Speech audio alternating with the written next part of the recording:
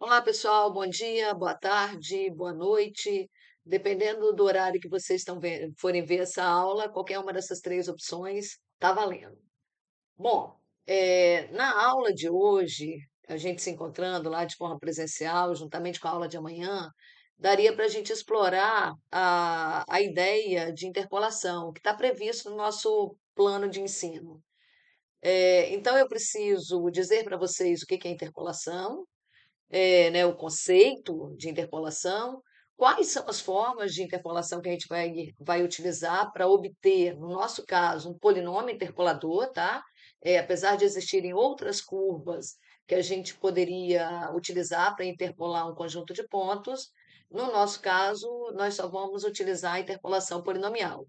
E para obter, então, este polinômio, nós vamos usar três formas: a resolução de sistema linear, a forma de Lagrange e a forma de Newton. Essas são as três possibilidades para nós. Bom, o que é interpolar? A gente diz que, dada uma determinada função, que, por exemplo, aqui, ó, ela está desenhada em preto, inclusive está pontilhada, estão vendo? Então, quando eu falo dada essa função, não necessariamente eu conheço qual é a expressão algébrica para essa curva que está aqui desenhada. Às vezes nem tem o desenho. O que pode acontecer, por exemplo, é de eu ter algumas informações relacionadas a essa função real, né? Essa função que está desenhada aqui. Então, imagine que eu tivesse esse ponto, mais esse ponto, esses pontos que estão aí representados em azul, tá? Então, suponha que a gente tenha esses pontos aqui, que são informações sobre a nossa função. Mas não temos a função. Poderíamos ter até o desenho, mas não temos a expressão algébrica. E aí, essa curva que está desenhada em laranja seria para nós uma representação do nosso polinômio interpolador. Então, o que que esse polinômio, essa curva em laranja, tem assim em comum com essa curva pontilhada? Ambas passam nos mesmos pontos que estão aí destacados em azul. Então, observem que agora eu vou destacar isso aqui, ó. O que que esse ponto? Ele é uma interseção da curva laranja com a curva preta. Aqui também, aqui também, aqui também. Então, essa curva laranja, chamada aí de g de x, ela para nós seria o polinômio interpolador. Observe que nesse caso, esse polinômio interpolador ele é bem diferente da curva que a gente tem pontilhada. Então, se o polinômio laranja, né, ele for o polinômio que realmente a gente vai utilizar como uma aproximação para outra curva, a gente perderia aqui os detalhes, ó.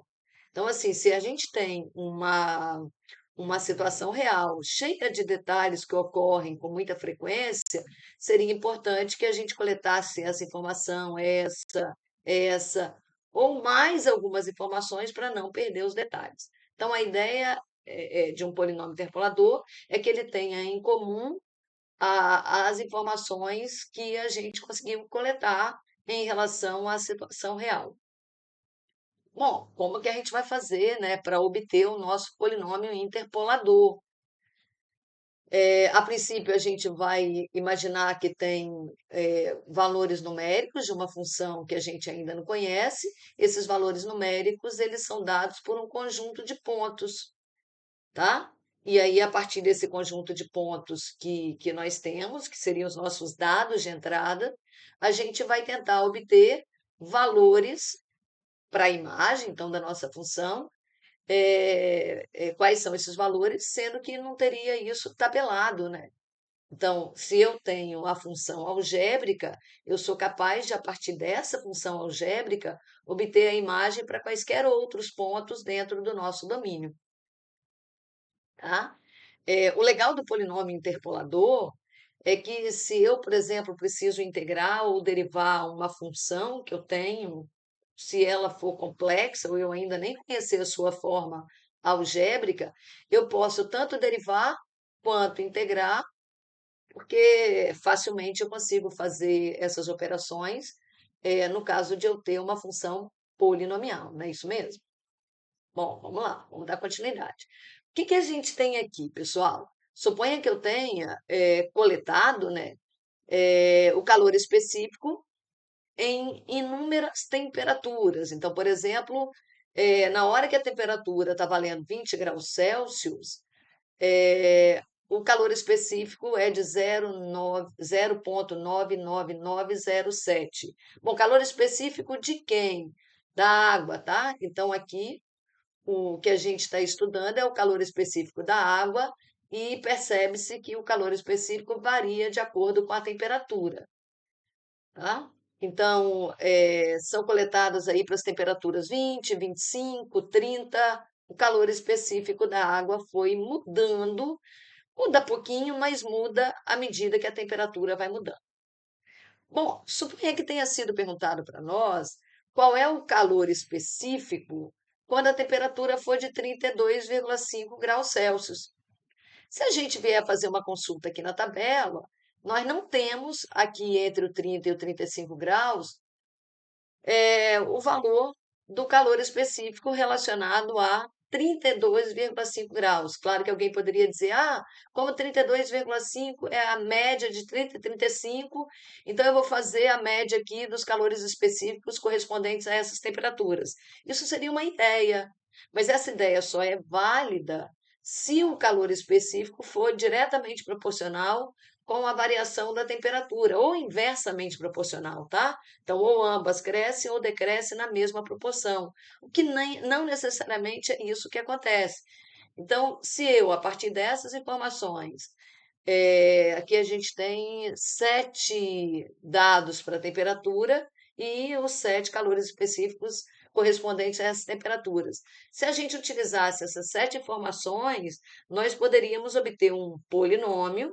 No caso aqui, o polinômio seria um polinômio do sexto grau, se a gente quiser usar um único polinômio interpolador para esses 7 pontos, tá? Então, o grau do polinômio interpolador, depois a gente vai frisar um pouquinho mais isso, mas é um a menos que a quantidade de pontos. Então, se eu tenho 7 informações, eu terei um polinômio interpolador do sexto grau.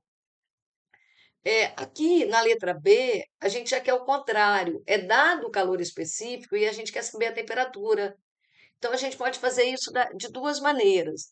Se por acaso for construída uma função que mede o calor específico em função da temperatura, a gente pode, a partir desse polinômio interpolador, calcular a inversa dele. Essa é uma possibilidade. Claro que com as exigências de o nosso polinômio ter que ser bijetor, porque só existe inversa para a função que é injetora e bijetora ao mesmo tempo.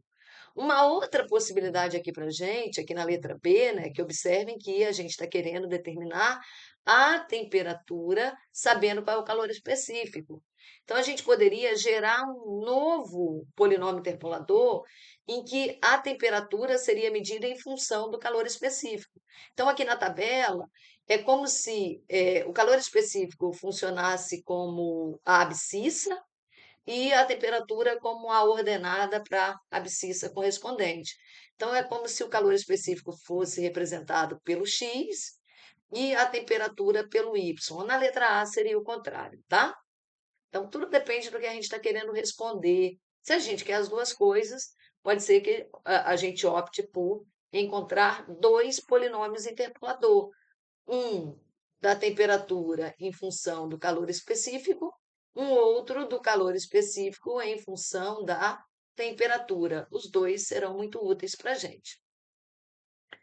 Bom, eu tenho uma outra situação, pessoal, que foi utilizado lá no cálculo 1 por um grupo quando eu pedi para que eles determinassem o volume de um sólido de revolução. Então, cada grupo deveria escolher o seu sólido de revolução e para esse sólido de revolução escolhido, a gente deveria fazer integral, né, utilizando lá um dos métodos de integração para determinar volume. Então, teve um grupo que escolheu a lâmpada, uma lâmpada incandescente. Se a gente observar lá a lâmpada, o desenho da lâmpada, é uma coisa mais ou menos assim, né? Ao longo dela toda, e a gente vai ver facilmente que a lâmpada pode ser pensada como um sólido de revolução. Então, o grupo pegou uma lâmpada, pegou essa figura, tá vendo? Foi inclusive lá no site da fabricante, passou aqui um eixo dividindo essa figura, que é simétrica, então dividiu essa figura ao meio. Então, ao fazer essa divisão, obteve aqui a metade dela, no caso está a metade da esquerda, Depois eles fizeram uma rotação de 90 graus com essa figura. Então, obtiveram aqui esse novo desenho. Então, eles encaixaram essa figura de maneira que aqui a base da figura coincidisse com o eixo X e essa extremidade aqui da figura com o eixo Y. Por que isso, gente? Para fazer a rotação dessa figurinha, que pode ser pensada como uma área que vai gerar o nosso sólido de revolução. Então, se a gente faz a rotação dessa figura em relação ao eixo X, a gente vai obter a lâmpada, que é um sólido de revolução, tá? Aí vocês vão falar, bom, mas o que que isso tem a ver lá com interpolação? Daqui a pouquinho nós vamos chegar lá. Aqui, ainda continuando com a ideia deles, cada, a, cada na verdade, o que aconteceu aqui, que essa figurinha, né, eles tiraram essas informações internas, porque elas não são relevantes para o cálculo do volume, mas eles fatiaram a seção transversal, essa que vai ser rotacionada para que a gente obtenha o nosso sólido de revolução. Eles fatiaram igual lá na soma de Riemann, fatiaram ali em inúmeros retângulos. Quantos retângulos? Lá na soma de Riemann, infinitos. Aqui, obviamente, que no primeiro momento, uma quantidade finita e não muito grande de retângulos. No caso, acho que foram 37, tá? Então, ao girar cada retângulo desse ao redor do eixo do eixo X, desculpa, a gente vai obter uma figura como essa que está aqui, pessoal, que é um cilindro de uma altura bem pequenininha, que para nós a altura do cilindro coincide aqui com um segmento no eixo X, é um delta X. Enquanto que o raio do nosso cilindro, ele coincide com a imagem ou com a altura de cada retângulo, tá? Bom, mas quanto vale essa imagem? Isso é importante para nós. Para obter a imagem de cada retângulo, eles utilizaram papel milimetrado, para não ter que ficar medindo, pegar uma régua, medir a altura de cada retângulo. Eles colocaram papel milimetrado por trás, e aí, obviamente, que a partir de uma observação no papel milimetrado, a gente consegue obter, então, a altura de cada retângulo desse, tá legal? Feito isso, né, essas observações, eles criaram uma tabela em que para cada x aqui, que representa o término do nosso retângulo, e obviamente na matemática vai representar a ordenada, né, a abscissa de um par ordenado.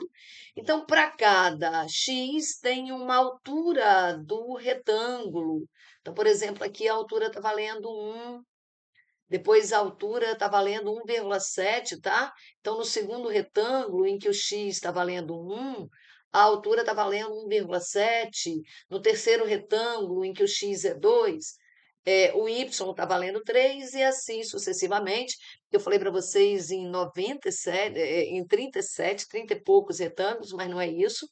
São 98, né? Porque eles são indexados a partir do zero. Então, do zero ao 97, nós temos 98 valores para x. E para cada valor desse, um y correspondente. Gente, se nós formos interpolar essa figura, interpolar em cada um desses 98 pontos, nós vamos obter aqui um desenho, mais ou menos fazendo essa linha aqui que eu estou tentando desenhar em vermelho. Porém, esse polinômio ele vai ter grau 97, 98 pontos, grau 97, se for um único polinômio interpolador. Será um polinômio ótimo, terá uma aproximação maravilhosa, porém eu terei um polinômio de grau altíssimo que vai exigir muita conta na hora da gente determinar as imagens intermediárias, manipular um polinômio de grau 97. No caso desse trabalho, o que que os alunos preferiram? Eles trabalharam com alguns pontos para cada fatiamento que eles fizeram no domínio. Então, eles fizeram um domínio até aqui, por exemplo, tá? Depois até aqui, depois até aqui e depois até aqui no final. Eles fatiaram o domínio em alguns subintervalos. E para cada subintervalo desses, eles destacaram alguns pontos. Então, por exemplo, no primeiro subintervalo, que está aqui nesse retângulo, ó, eles destacaram 5 pontos, porque o polinômio interpolador está de grau 4. No segundo intervalo, que agora é esse retângulo, observe que o nosso polinômio ficou de grau 3, então eles optaram por trabalhar com 4 pontos, depois com 2 pontos e assim sucessivamente. Bom, mas aí vocês vão dizer, por que que eles escolheram trabalhar com um polinômio de grau maior, de grau menor? Porque provavelmente eles observaram naquele trecho cara da curva, a partir daquela figura anterior, e acharam que se assemelhava ao gráfico de uma parábola, um trecho que se assemelhava a uma função do terceiro grau, do quarto grau, e de acordo com isso, eles escolheram alguns pontos que representavam alguns momentos de transição, de mudança ali, de crescimento para decrescimento, mudança de concavidade, e aí, de acordo com isso, escolheram alguns pontos que haviam essas transições e, de acordo com essa quantidade de pontos escolhidas, eles imaginaram qual era o grau do polinômio interpolador. Usaram o MATLAB, que tem algumas funções prontas, e pediram para o MATLAB retornar o polinômio que interpolava aqueles pontos escolhidos. No nosso caso, né, nós nem vamos usar o MATLAB e nem vamos usar funções prontas. Nós vamos usar o Python e vamos escolher qual é, ou vamos gerar qual é o nosso polinômio interpolador. No Python, no nosso caso, a gente vai usar tanto a forma de Newton como a forma de Lagrange, tá? A forma de sistema de equações vai ser muito mais para que a gente possa provar que o polinômio interpolador é único, independente de qual forma a gente vai utilizar para gerar esse polinômio, tá bom, pessoal? Bom, aqui eu trago uma coleta de apenas 4 pontos para a gente trabalhar, fica um pouquinho mais rápido, e a gente vai gerar um polinômio interpolador. Bom, se a gente fosse trabalhar com um único polinômio interpolador, pessoal, esse polinômio seria do terceiro grau.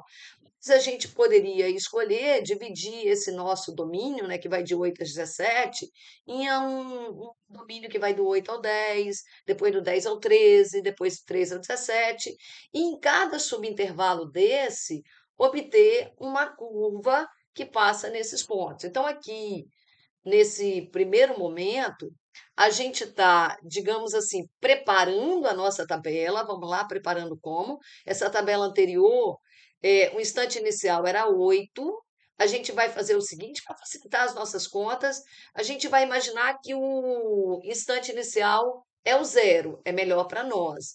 Então, por exemplo, o instante inicial aqui era 8, a gente vai colocar zero, então o 10 vai ser 2 horas depois, o 10 vai ser 2 horas, o 13, que do 8 para o 13 a gente tem 5 horas, então o instante 13 vai virar instante 5 e assim sucessivamente. Então, observem que quanto aos instantes, a gente tem 0, 2, 5 e 9.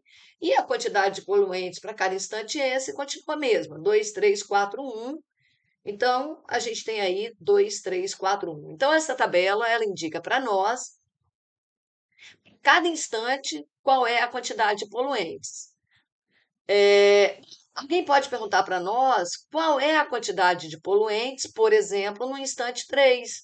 E aí, quando eu olho para a tabela não traz essa informação. Bom, como é que a gente vai fazer para responder qual é, por exemplo, a quantidade de poluentes no instante 2, 2,5, 3, 4, em instantes que não estão aí relacionados na tabela? Gente, uma possibilidade seria usando ajuste de curva, que foi o que a gente já fez na unidade anterior. O ajuste de curva pode ser um ajuste utilizando uma função exponencial, uma função trigonométrica, uma função do primeiro grau. A gente já trabalhou isso. No ajuste de curva, a gente sempre tenta buscar uma curva que melhor se ajusta do nosso conjunto de pontos. Na interpolação, a gente vai buscar uma curva que passa em todos os pontos. Essa curva ela tem que ter em comum com as informações dadas, para cada x, eu tenho que ter o mesmo y do conjunto de pontos, tá? Bom, uma possibilidade, pessoal, está aí plotado o nosso conjunto, né, os nossos 4 pontos, e uma possibilidade de interpolação seria, por exemplo, essa aqui.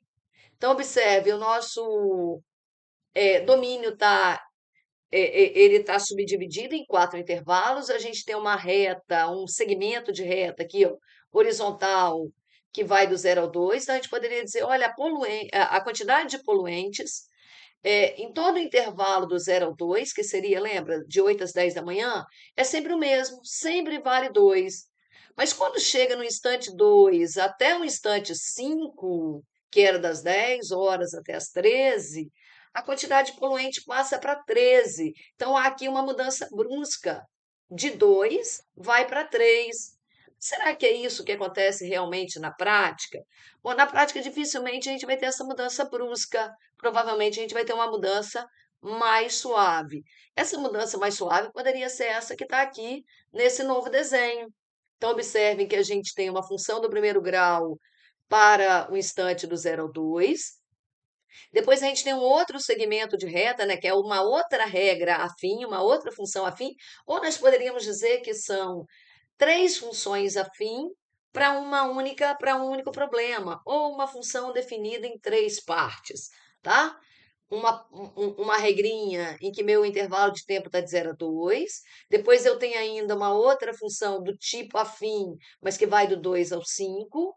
E depois uma outra regra do tipo ax mais b para um terceiro subintervalo. Então, nosso intervalo ele está ali dividido, né? O nosso domínio, nosso ΔT inicial, ele está dividido em 3 subintervalos, tá? Vamos lá para uma definição mais matemática do que é interpolação. Então, dado um conjunto de, vamos chamar aqui n mais 1 pontos distintos, eles estão aqui representados por esse conjunto que está aqui, ó, pessoal, entre chaves, tá? Então, a gente tem aí o nosso conjunto de pontos, está indexado desde o x0, x0, com a sua respectiva imagem, f de x0. Depois a gente tem x1, com a imagem f de x1. E assim sucessivamente, até que a gente chegue no nosso último ponto, com a coordenada xn, f de xn. Bom, além desse conjunto de n mais 1 pontos, todos eles distintos, tá?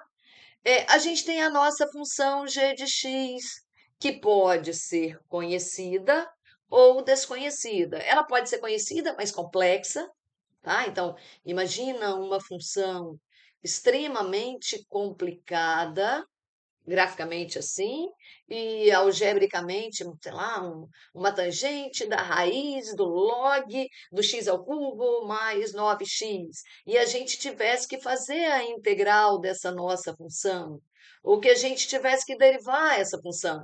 Então, talvez esse fosse um trabalho extremamente complicado. Então, a gente poderia fazer o quê? Criar uma função f polinomial, fácil de integrar, fácil de derivar, fácil de representar graficamente, que traz em comum com a função g, no ponto x0, elas vão, no ponto de coordenadas, né, x0, f de x0, elas vão se intersectar. No ponto de coordenadas x1, f de x1, elas também vão se intersectar.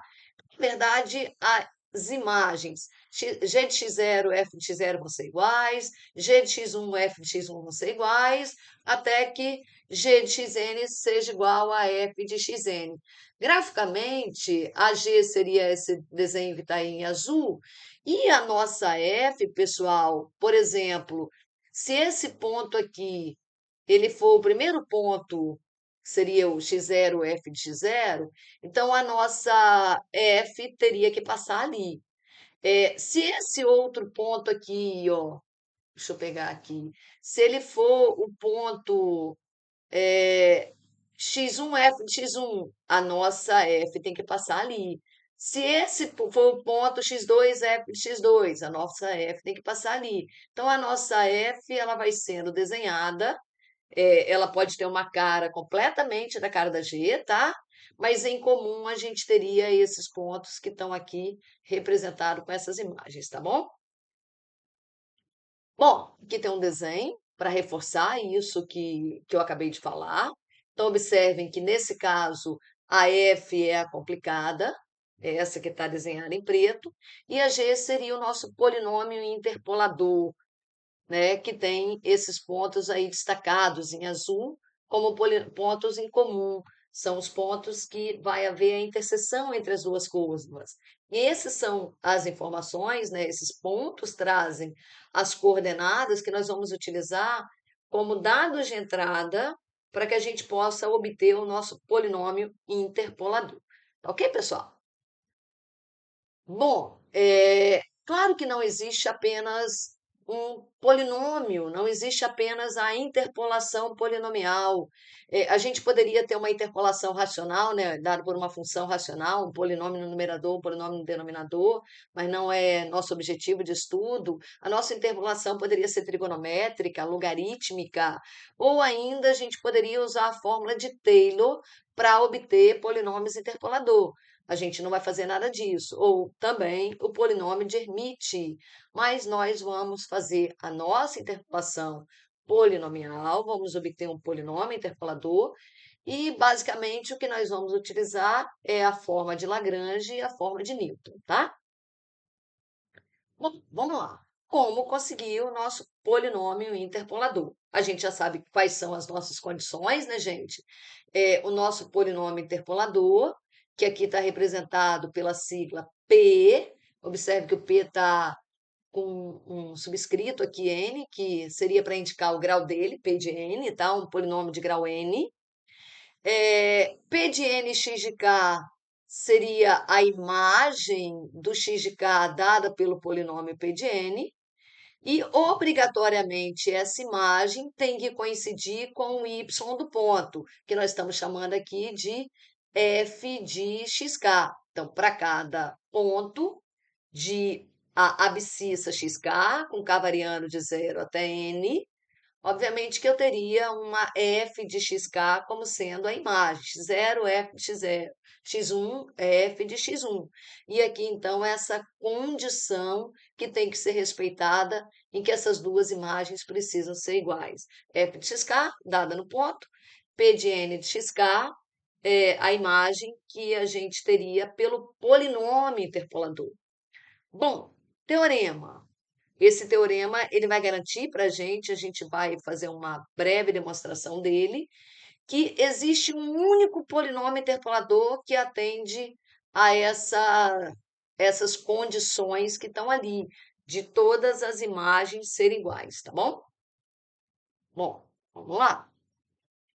O polinômio ele pode ser escrito de maneira genérica, assim como está aqui, ó, nosso polinômio de grau n.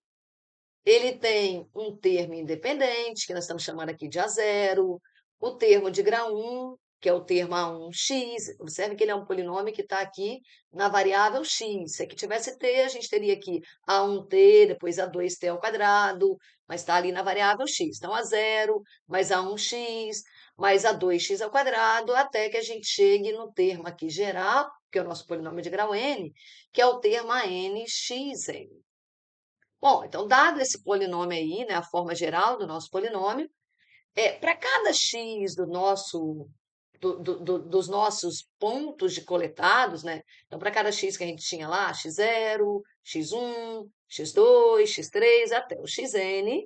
Então, para cada um daqueles n mais um x, a gente vai pegar o valor. Então, nós vamos pegar lá o nosso x, né, pessoal? Então, vamos pegar primeiro o nosso x0. Então, a gente pega o nosso x0 e substitui ali na forma geral do nosso polinômio. Então, onde tem x, a gente coloca x0. Então, ele fica assim, A0, A1x0, no lugar do x entrou x0. Depois, A2x0 ao quadrado, mais pontinho, pontinho, até a n x0 elevado a n. A mesma coisa a gente vai fazer para o valor x1. Então, onde tem x, a gente vai colocar x1. Então, a expressão ficaria A0, A1x1, A2x1 ao quadrado, até o final aqui, a n x1 elevado a n. Quando a gente faz essa substituição, então a gente obtém esse lado aqui direito do nosso polinômio, que é um valor do nosso polinômio. Só que lembra, isso é imagem. E a gente obrigatoriamente tem que ter a imagem dada pelo polinômio coincidindo com o y do ponto. Então, aqui, por isso que nós temos essa igualdade.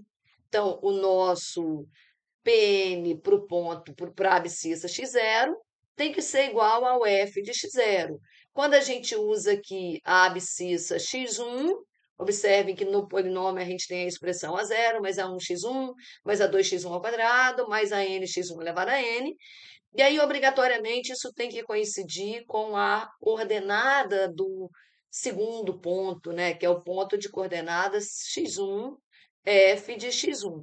E para finalizar, quando a gente chegar no nosso último ponto, que tem as coordenadas xn, f de xn, então substituindo o xn lá na expressão polinomial, A0 mais A1xn mais A2xn ao quadrado, até chegar no último termo aqui, que é a nxn elevado a n. E isso, novamente, tem que ser igual à imagem lá, né, a ordenada no nosso último ponto. Então, com isso, pessoal, a gente obtém aí um sistema de equações com n mais uma equações, né? Porque nós estamos usando n mais um pontos, para cada ponto a gente está gerando uma equação, n mais uma equações. Bom, e o que a gente quer determinar nesse sistema de equações? A gente quer determinar os valores das nossas incógnitas. E quem são elas? A 0, a 1, a 2, até o AN. São n mais uma incógnitas. As nossas incógnitas, então, são a 0, a 1 até a n. Então, o número de equações é igual ao número de incógnitas. Então, o nosso sistema aí, que eu preciso avaliar se ele tem uma única solução, se ele tem mais de uma solução, ou se ele nem tem solução. Bom, mas existe um resultado que a gente tem que fala assim para nós. Se por acaso eu tiver um sistema de equações que a matriz dos coeficientes tiver determinante diferente de zero, então meu sistema ele tem solução única. Bom, será que esse é o nosso caso? Se a gente observa aqui o nosso sistema de equações e tenta escrever ali qual é a matriz dos coeficientes, acho que vocês devem lembrar disso. Normalmente a gente trata isso na álgebra linear, né? Então, na nossa primeira equação, os coeficientes são A0, depois a gente tem o A1, é isso mesmo, pessoal? Seria isso? O A0, o A1, o A2 e o AN, lembra que eles são as nossas incógnitas? Então, vamos voltar aqui, deixa eu fechar aqui a nossa matriz, pouco espaço, fazer ela pequenininha. Os nossos coeficientes, gente, aqui, ó, que corresponde à variável A0 é o número 1. Quem corresponde ao nossa incógnita A1 é o x0. Depois a gente tem correspondente aqui à incógnita A2, a gente tem x0 ao quadrado. E assim sucessivamente, até o último termo aqui, ó, que é o x0 elevado a n. Então, aqui na primeira linha, o último termo da primeira linha tem o termo lá, o elemento vale x0 elevado a n. Quando a gente vai para a segunda equação, de novo aqui, ó, o coeficiente da incógnita a 0 é o número 1. O coeficiente da incógnita 1 agora é o valor x1. Lembra que o x aqui para a gente, x0, x1, x2, são as abscissas dos pontos que são dados de entrada. Então, a gente conhece esses valores. Depois, o próximo elemento aqui na nossa matriz é o x1 ao quadrado. E finalizando, a gente tem o x1 elevado a n. E assim sucessivamente, até que a gente tenha a nossa última equação, que o primeiro termo, então, da última linha da nossa matriz de coeficientes é o número 1, depois a gente tem o xn elevado a 1, depois a gente tem o xn ao quadrado, observem aqui, e por último a gente tem o xn elevado a n. Pessoal, essa matriz é uma matriz bem especial. Se a gente olhar aqui, né, observar um pouquinho melhor, a primeira linha dela, todos os termos que compõem essa primeira linha são uma potência de base x0. Então, se a gente quiser olhar esse carinha aqui, o número 1, ele é x0 elevado a zero. Depois a gente tem x0 elevado a 1. Depois a gente tem x0 elevado ao quadrado. Depois o outro termo seria o x0 elevado a 3. E até chegar no x0 elevado a n. A mesma coisa vai acontecer aqui na segunda linha. Só que a base agora é x1. Então a gente tem o número 1, depois x1 elevado a 1, depois x2 elevado ao quadrado, depois xn elevado a n. Desculpa, x1 elevado a n. Na outra linha aqui, a gente teria os dados relativos a x2. Então, é x2 elevado a zero, x2 elevado a 1, x2 elevado a 2, até x2 elevado a n. Pessoal, essa matriz ela foi estudada pelo Vandermonde. E o Vandermonde, ele, ao se deparar com esse tipo de matriz, que ocorre até com uma certa frequência, ele estudou e provou que essa matriz tem determinante diferente zero.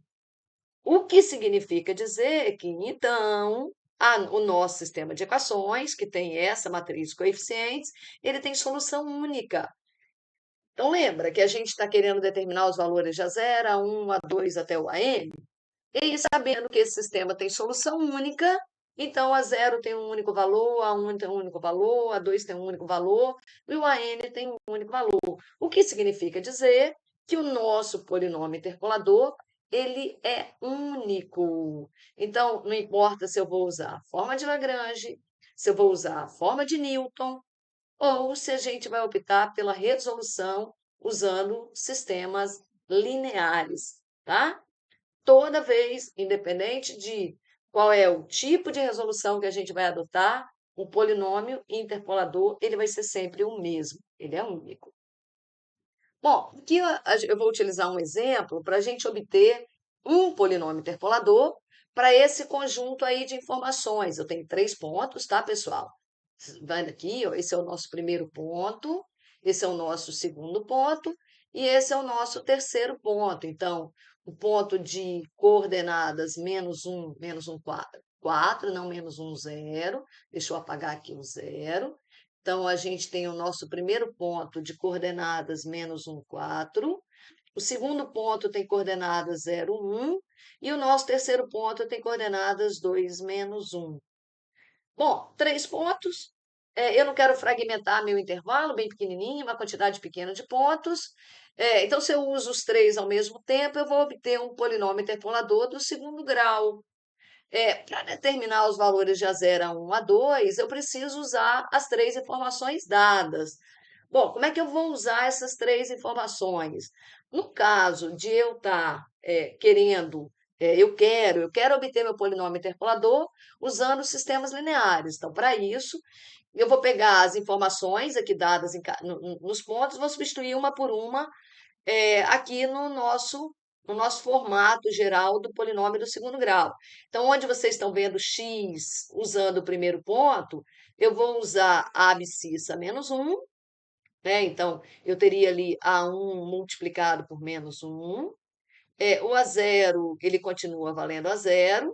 E o A2, ele vai ficar multiplicado pelo -1 elevado ao quadrado. Então, observem que onde tem o x, eu fiz uma substituição, coloquei -1. E no lugar aqui da imagem do meu polinômio, para esse x que eu utilizei, nós vamos usar o quê? A ordenada do ponto. Então, essa expressão toda, ela tem que ser igual a 4. O mesmo tipo de procedimento a gente vai usar para esse ponto e também para esse ponto. eu já fiz essas substituições, estão aqui, ó. Então, observem que aqui foi relativo ao ponto -1, 4, me dá essa equação. Aqui nós estamos falando do ponto em que x é 0 e a ordenada dele é 1. E aqui o nosso terceiro ponto, o x está valendo 2 e o y está valendo -1. Então, executando essas substituições, a gente gera esse sistema de equações. Bom, como é que a gente faz para resolver um sistema de equações? Ó, esse aqui, nesse caso, é um sistema muito fácil, né? Não precisa usar eliminação gaussiana, não precisa usar Gauss-Jacobi, Gauss-Seidel, nada disso. Porque a gente já tem aqui, por exemplo, o valor do A zero. Então, primeira incógnita já está determinada. Substituindo o A zero na primeira equação e também na segunda equação, a gente passa a ter um sisteminha de duas equações, um sisteminha de duas equações nas incógnitas A1 e A2, e aí facilmente a gente resolveria e encontraria os valores de A1 e de A2 que estão aqui já dados para nós. A1 vale -7/3 e A2 vale 2/3.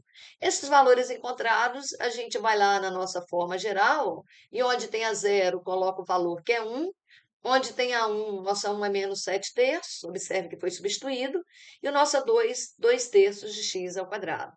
Então, esse é um polinômio que passa naqueles três pontos. Tá legal? Graficamente, ele está aqui representado, né, uma parábola, porque a gente tem um polinômio do segundo grau, e essa parábola, ela observe que interpola os três pontos dados, tá bom?